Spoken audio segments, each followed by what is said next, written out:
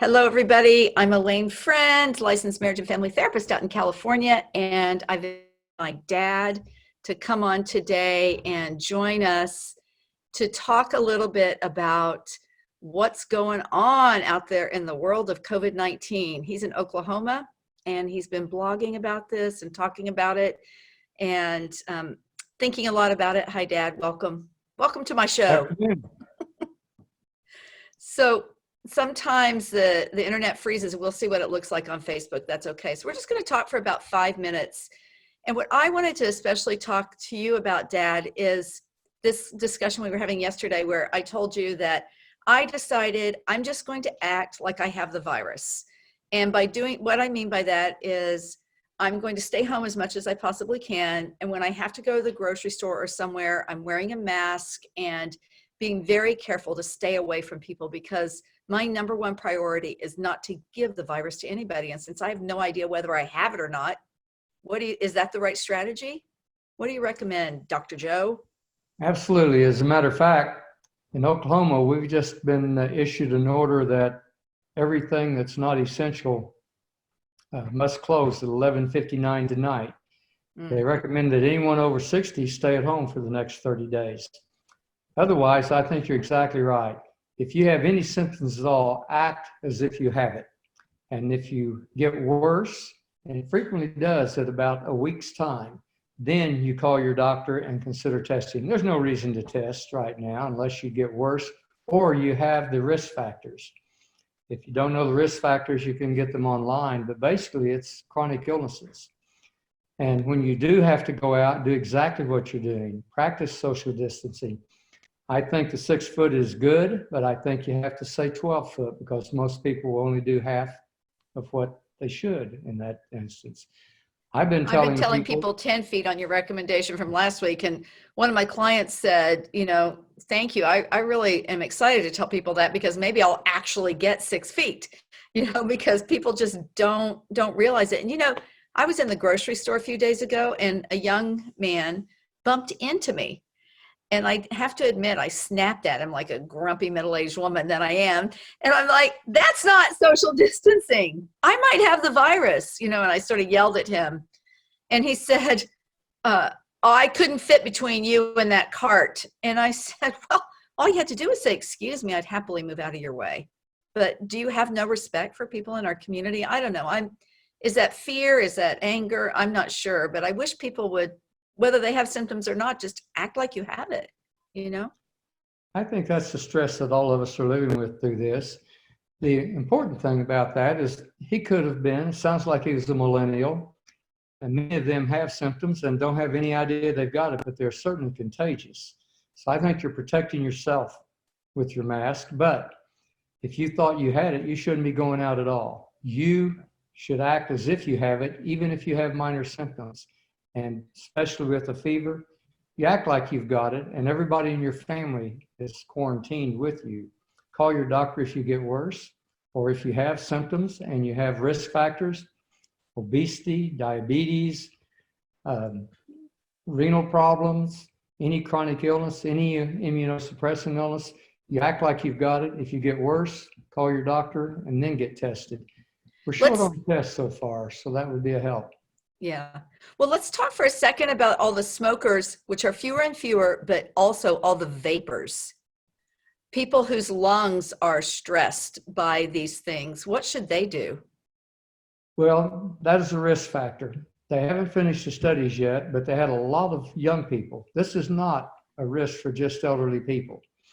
It's particularly anyone with a risk factor, and vaping may be because they had a number of young people in intensive care in Italy. I think a couple of deaths, and they were investigating to see if these were vape patients, because smokers and vape patients are definitely at more risk. Yeah. The thing is we've all got to be cautious, and a lot of people don't realize that. I think the average age of death in Italy, where they've had a bunch, Spain passed them today in the number of deaths in one day. The average number of risk factors an elderly person had was 3. The average age of death was 60. So just because you're under 60, as you are and others, don't feel like you're immune. act like you've got it if you get the symptoms and call a doctor.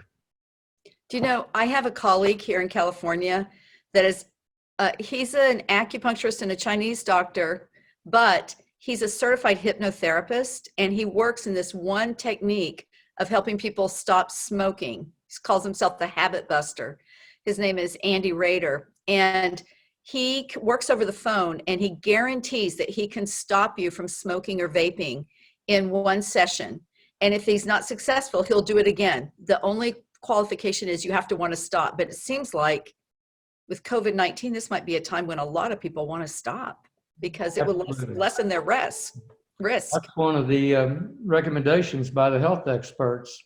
If people would listen to Dr. Briggs, whom is probably the world's leading infectious disease physician, she's in with the president's or the vice president's task force and daily gives briefings. And she has said that's one of the things people should consider doing. A great time to stop smoking. It could save your life. Now, smoking is like Russian roulette. You pull the trigger, but the bullet doesn't get there till 30 or 40 years later. It will. Although now it might be immediate, right? And with this, it's not going to be 30 or 40 years. It could be a week. Yeah, So, exactly. yeah, quit smoking. For God's sake, quit vaping. If you need help, you can message me on Facebook and I'll connect you with Andy Rader, anyone who's watching this, because this is the time you have to be motivated. And if there were any better time to be motivated, this is it, isn't it? I mean, we could save a lot of people's lives just by changing their motivation around stopping. Well, I think it's true. I think hypnosis can help a lot of people. I think alcoholics are a good example. And I'm proud of the state of Oklahoma. They stated that all non-essential businesses have to close. And believe it or not, in Oklahoma, liquor stores are an essential business. So, that's funny. Same here in California, actually. I agree that it probably is for a lot of people. So one last closing piece of advice for everybody on Facebook or everybody who's watching this recording on YouTube. What is your underlying thing that you're saying to your community right now? I'm telling everybody to act like they've got the disease. Shelter in place. If you're around anyone who may remotely even have it, please quarantine yourself, as my wife and I have. 2 people in our neighborhood, not close, have it.